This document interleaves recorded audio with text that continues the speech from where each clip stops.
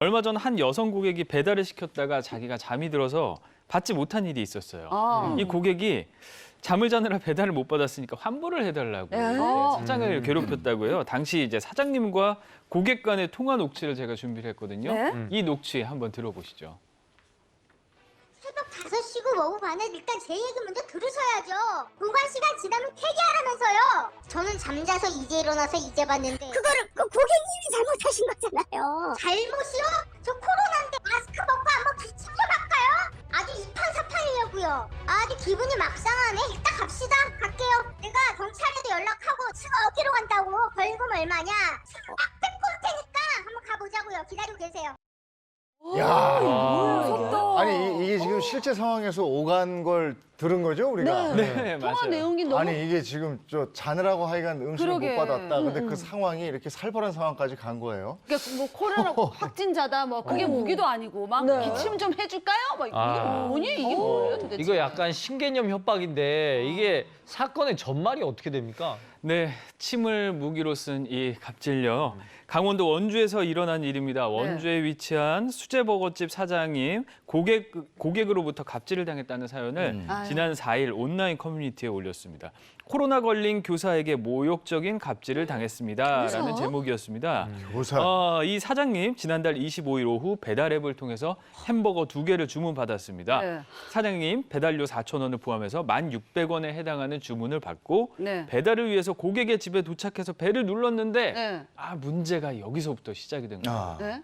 아무도 나오질 않았어요. 아하. 그럼 보통 전화를 하거든요. 문 두드리고. 지금 사람이 없는 것 같은데 하고 전화를 한단 말이에요. 그럼 그래서 안 했어요? 이 사장이 할 건 다 했어요, 사실. 아. 7차례 일단 전화를 걸었고요. 많이 근데 전화가 안 됐어요. 어. 결국 음식을 현관 문고리에 걸어뒀거든요. 그리고 이 주문자에게는 메시지를 보냈습니다. 문자를 보내서 걸어뒀습니다. 이렇게 얘기를 했는데 배달 앱 측에 또 확인을 해보니까 네. 이럴 경우에는 연락이 계속 닿지 않은 음식이 상할 수도 있죠. 그렇기 때문에 음식을 폐기해야 한다고 해서 이 사장이 그 수칙에 따라서 또 폐기를 했습니다. 아니 뭐 매뉴얼대로 잘 하신 것 같은데요. 어쨌거나 고객 쪽이 잘못을 했고 네네. 음식을 폐기해도 이게 법적으로는 문제가 안 될 것 같은데 어떤가요? 이게 법률적으로 살펴보려면 일단 이 음식의 소유권이 누구한테 있는지가 중요한 쟁점 중에 하나가 될 것 같아요. 왜냐하면 만약에 점주의 소유라고 하면은 그걸 이제 마음대로 처분할 수 있는 거잖아요. 근데 상법과 관련 판례들을 종합해서 살펴보면 배달 음식 같은 경우에 도착하기 전에는 음식 점주의 소유로 보고요.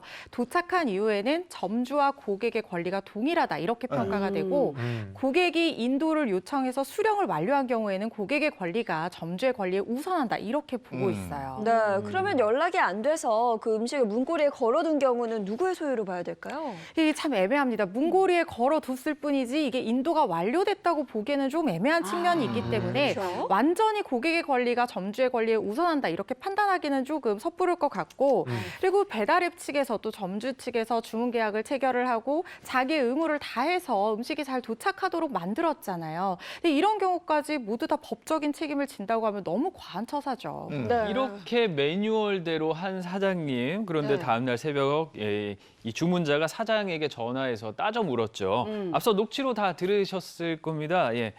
주문자는 자신의 음식이 어디 갔냐고 따져 물었고요. 자신이 코로나 걸린 교사라고 주장을 했습니다. 그러면서 잠을 자느라 음식을 못 받았다.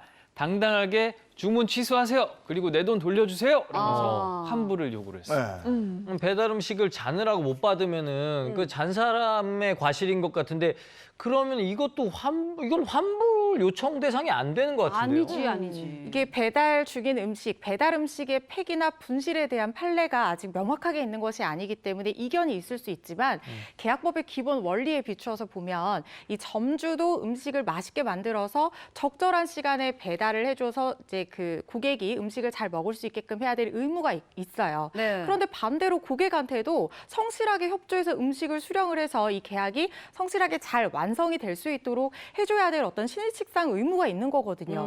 그런데 지금 이 사람은 어땠어요? 자느라 전화도 안 받고 그렇죠. 그렇게 전화를 하려고 여러 번 음식을 받으라고 이렇게 7번 넘게 연락을 했는데도 본인이 비협조적으로 나와서 이 계약이 결과적으로는 뭐 완성이 안 된 그런 상황이기 때문에 이게 또 문제가 될 수 있는 것이고 또 음식이었다는 점이 중요해요. 그럼요. 네. 음식이 위생적으로도 그렇고 뭐 품질적으로도 그렇고 시간이 지나면 변질이 될 수 있는 거거든요. 그러니까 사장님 같은 경우 의무를 다 했어요. 배달을 했죠. 전화 안 받으니까 7번 또 전화했어. 그럼 메모 남겼어. 그러니까 오래되면 안 되니까 폐기했어. 받을 사람이 그 사람이 의무를 다 안 한 거죠. 음식을 받았어야지. 그렇죠. 그렇죠. 이런 네. 경우까지 점주한테 불이익이나 부담을 다 감수하려고 하는 것은 너무 불공평하고 이것은 고객의 책임 있는 사유로 계약이 제대로 이행되지 못한 경우이기 때문에 고객이 여전히 대금 지급 책임을 부담한다 이렇게 생각이 됩니다. 아니 음식이 왔다 갔다 하는 거는 뭐 고사하고더라도 네. 코로나 환자니까 뭐 저 마스크를 기침을 벗고 하겠다. 가서 기침을 하겠다, 그래. 침을 뱉겠다. 이거는 협박 아니에요? 그렇죠. 협박도 되고요. 실제 가서 침을 뱉었으면은 이제 폭행죄가 되는데 사실 폭행죄라는 굉장히 범위가 넓어요. 우리는 다른 사람을 때려야만 폭행죄로 된다고 생각하잖아요. 다른 사람을 향해서 물컵에 물을 던지는 경우가 있잖아요. 그런 경우에도 폭행죄가 되고 심지어는 다른 사람의 귀에다 대고 큰 소리를 지르는 것도 유형적 행사로 해서 폭행죄가 될 수가 있습니다.